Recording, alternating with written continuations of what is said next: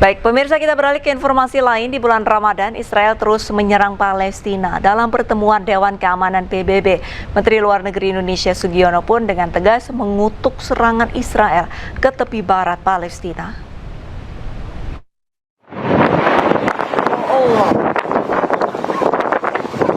Ya Allah, cepat. Tentara pendudukan Israel terus melancarkan serangan udara di kota Beit Umar, utara Hebron, tepi barat Palestina. Rekaman video memperlihatkan detik-detik rumah milik keluarga Walid Sabarna di Beit Umar hancur setelah diledakkan oleh pasukan Israel. Menteri Luar Negeri Indonesia Sugiono mengutuk serangan Israel ke tepi barat Palestina. And Indonesia strongly condemns these actions. They have no legal validity under international law and violate Security Council resolutions, including resolutions 2334. And they systematically shrink the very space for peace that this council seeks to protect. Pernyataan ini disampaikan dalam rapat Dewan Keamanan PBB di New York, Amerika Serikat di depan perwakilan dari Israel. Dari New York, Amerika Serikat, Aya Nufus, iNews melaporkan. Presiden Prabowo Subianto menghadiri langsung pembukaan KTT Dewan Perdamaian atau Board of Peace di Washington DC. Dalam acara ini, Indonesia bersedia menjadi wakil komandan untuk pasukan stabilisasi Gaza.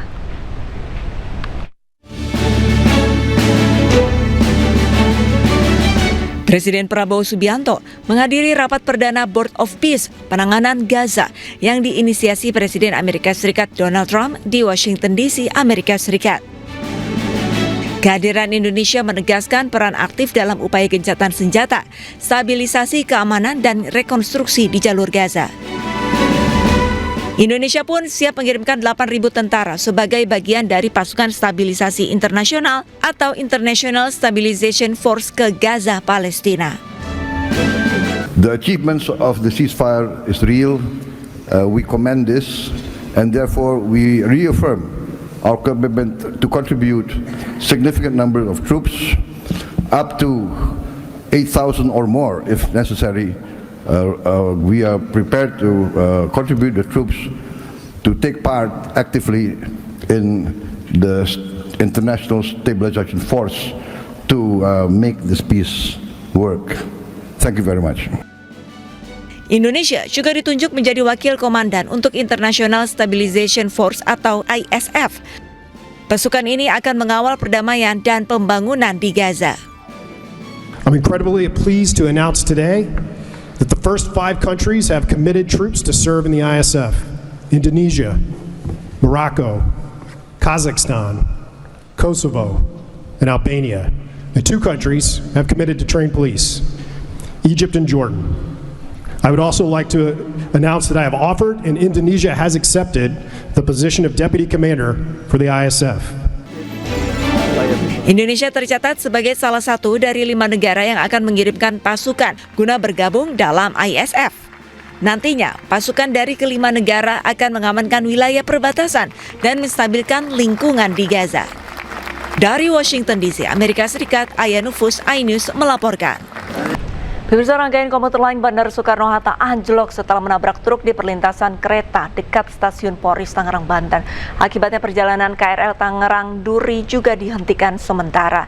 Satuan Lalu Lintas Polres Metro Tangerang menerjunkan tim investigasi untuk mengetahui penyebab kecelakaan.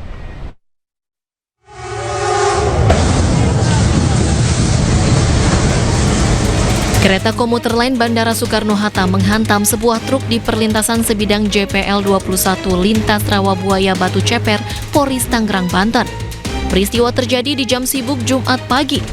Kerasnya benturan membuat rangkaian KRL anjlok dari rel dan kabel listrik aliran atas terputus, sehingga mengganggu perjalanan kereta di lintas tersebut. Tidak ada korban jiwa dalam insiden ini. Masinis dan seluruh penumpang KRL bandara telah dievakuasi. KAI Komuter juga menyediakan transportasi pengganti bagi penumpang yang hendak melakukan perjalanan ke bandara. Puluhan petugas diterjunkan ke lokasi untuk mengevakuasi rangkaian kereta yang anjlok dari rel.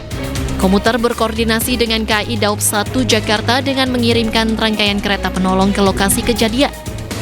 Sementara Satuan Lalu Lintas Polres Metro Tangerang menerjunkan tim investigasi kecelakaan antara kereta bandara dengan truk trailer untuk mengetahui penyebab kecelakaan.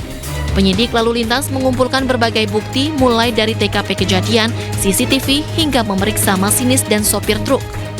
Dari keterangan, dari saksi, dari supir, ataupun kami melihat langsung dari CCTV yang ada di lokasi, artinya palang pintu belum ada upaya penutupan, ya, masih terbuka lebar, dan juga dari CCTV juga jelas apa yang sudah terjadi sebelum ditutup itu sudah kami lihat langsung dari rekaman. Pak, tapi sirine perlintasan memang sudah bunyi atau belum, Pak? Sirine tadi keterangan dari petugas, dia sempat lakukan upaya-upaya untuk memberitahu masinis, dan sirine sudah dibunyikan, tapi ada upaya untuk tidak diindahkan daripada kendaraan, dan juga memang satu sisi kendaraan juga melihat palang pintu belum ditutup, jadi memang nanti kita harus dalami. Selama upaya evakuasi, perjalanan komuter lain Tangerang hanya sampai stasiun Rawabuaya dan kembali ke stasiun Duri. Sementara perjalanan komuter lain dari arah bandara hanya sampai stasiun Batu Ceper dan kembali ke bandara. Dari Tangerang, Banten, Tim Liputan iNews melaporkan. Bagaimana kondisi terkini di lokasi kecelakaan kereta bandara? Sudah ada jurnalis iNews Ismalia Mediasari di Cipondo, Tangerang, Banten. Selamat sore Ismalia, apakah kereta dan sekoci sudah dievakuasi sore ini?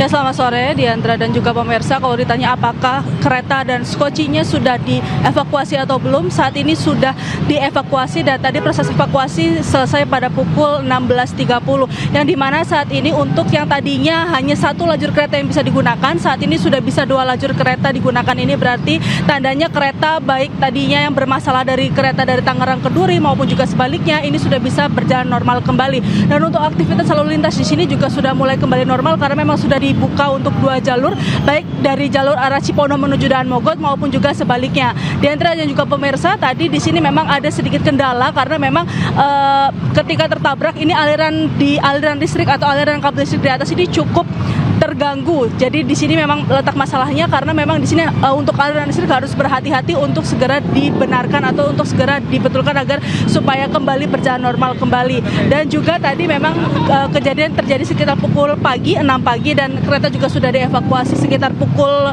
7.30 dan selesai pada pukul 16.30. Dan untuk kondisi saat ini sudah mulai kembali normal dan untuk perjalanan kereta atau komuter lain ini juga sudah kembali normal kembali ke Diandra. Baik, terima kasih banyak informasinya Ismalia dan selamat kembali bertugas.